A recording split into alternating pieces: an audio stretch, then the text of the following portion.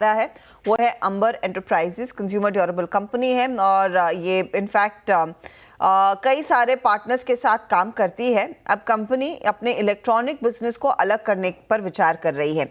ऐसी इंफॉर्मेशन हमारे सूत्र यानी कि TV18 के सोर्सेज के हाथ लगी है। ज़्यादा डिटेल्स के लिए चलते हैं सुदर्शन के पास। सुदर्शन, बताइए। अंबर एंटरप्राइजेस के 3 बिजनेस डिवीजन्स हैं। पहला कंज्यूमर ड्यूरेबल्स, सेकंड इलेक्ट्रॉनिक्स और तीसरा है रेलवे सबसिस्टर। अब सोर्सेस से ये पता चल रहा है कि अंबर एंटरप्राइजेस अपना इलेक्ट्रॉनिक्स डिवीजन को डीमर्ज कर सकता है और डीमर्ज करने के बाद उसका IPO ला सकता है और इसके लिए बैंकर्स को ऑलरेडी अपॉइंट कर दिया गया, जहाँ तक सोर्सेस से पता चल रहा है। अगर जो बात करते हैं इसके इलेक्ट्रॉनिक्स डिवीजन का स्टैंड लोन बेसिस पे, तो FY24 में टोटल रेवेन्यू का ये इलेक्ट्रॉनिक्स डिवीजन से 20% आया था और Q2 FY25 में इलेक्ट्रॉनिक्स डिवीजन ने टोटल रेवेन्यू का फॉर्म किया था 30% और टोटल रेवेन्यू ऑलमोस्ट डबल हो गया था अगर जो Q2 FY25 को कंपेयर करेंगे Q2 FY24 से। अगर जो वैल्यूएशन की बात करें तो FY26 एस्टिमेटेड PE है अंबर एंटरप्राइजेस का 1954 टाइम्स और इसी को पीयर टू पीयर कंपेरिजन करेंगे तो डिक्सन का है 99 टाइम्स। और स्टॉक परफॉर्मेंस की जहाँ तक की बात है तो 2024 में अंबर का स्टॉक ऑलमोस्ट डबल हो गया और डिक्सन की जहाँ तक की बात है तो उसका स्टॉक ऑलमोस्ट 200% बढ़ा है 2024 में। CNBC TV18 ने अंबर एंटरप्राइजेस के मैनेजमेंट को इसके बारे में क्वेरी लिखा है और कमेंट्स अभी भी अवेटेड है। कि इलेक्ट्रॉनिक बिजनेस का डीमर्जर, उसकी सेपरेट लिस्टिंग, अंबर एंटरप्राइजेस स्कीम पे एक बार चार्ट रखिएगा।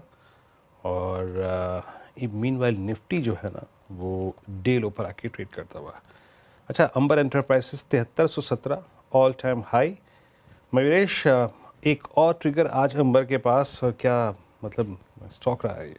बाजार की वोलेटिलिटी, गिरावट, कोई इम्पैक्ट नहीं। आपका टेक 7318 पे ये कुछ प्रॉफिट्स लेने का वक्त है या नहीं? कमिटेड रहे इस पर?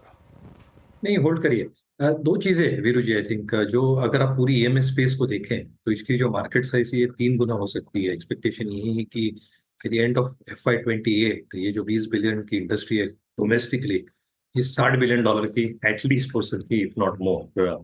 दूसरी चीज ये सारे जो प्लेयर्स है, अंबर हो, डिक्सन हो, केन्स हो, they have now started foraying from PCBs जो प्रिंटेड सर्किट बोर्ड्स है, इससे सेमीकंडक्टर चिप्स में। तो जैसे इनकी कैपेसिटीज अप होती जाएगी for all these niche applications, जो मार्जिन्स पे ये काम करते हैं, मार्जिन्स में सुधार आएगा। तीसरा, आई थिंक जो ओरिजिनल डिजाइन मैन्युफैक्चरिंग यानी ये जो खुद मैन्युफैक्चरिंग करेंगे डिजाइनिंग करके फॉर मोबाइल फोन्स हो, टीवीज हो, रेफ्रिजरेटर्स हो, एज एन एग्जाम्पल, वहां पे मार्जिन्स बेहतर होते हैं। और ODM as a market share of OEM ये थोड़ा बेहतर हो सकता है अगले कुछ तिमाहियों तक।